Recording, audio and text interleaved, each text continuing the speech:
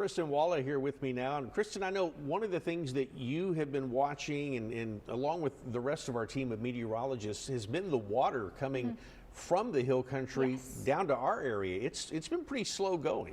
It has. We're still watching the water levels along both the Frio and Nueces rivers. That water's still making its way, like Mike said, slowly towards us, towards our community. So we can jump right into that. We'll start first with the Frio River. We've got water levels near Derby and near Tilden. So near Derby, those water levels already peaked a couple of days ago. Those are continuing to fall, but towards Tilden, the water's still making its way to us. The previous forecast that we had been seeing were saying that the water levels would already start rising this afternoon, but as of about 4:30, water levels were still around 1 to 2 feet. So they will begin rising soon, and it's expected to peak heading into Monday evening at just under 15 feet. Now, in terms of the Nueces River, we're watching a few flood gauges. We've seen flood gauges in Uvalde, Crystal City, and near Asherton. So the first two that I mentioned, the water, it's already peaked there. The water levels are going down, but towards Asherton,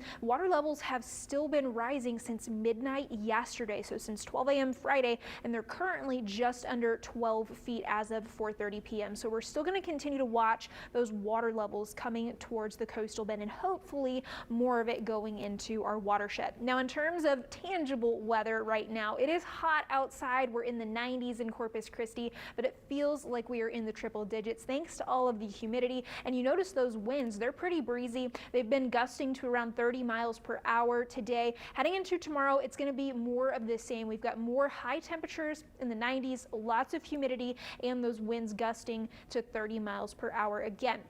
Now, heading into later this weekend and into tomorrow afternoon, we're going to see high pressure moving into the central Gulf. That's going to send a small plume of Saharan dust our way. It's not going to be quite all that thick. It's going to hang around a day or two before it moves out of here. But what we are watching in association with this high pressure is a little bit of moisture moving all the way around it and eventually ending back over Louisiana. This is the remnants, essentially the moisture and energy, what was left over of Invest 93L before that moved into Louisiana. It's moving all the way around that high pressure back to where it started, but what's new this time is this high pressure is going to be bigger, and so it's going to be sending this possibly a little bit further to the west. So we will be watching this. It'll have a day or two over the Gulf. We'll see if it can organize or anything, but the Hurricane Center not giving any area of development over here just yet, but we are watching a new area of development. It's got a 20% chance over the next week in the south central Atlantic, and this is going to hang with us for a few days, but into midweek next week,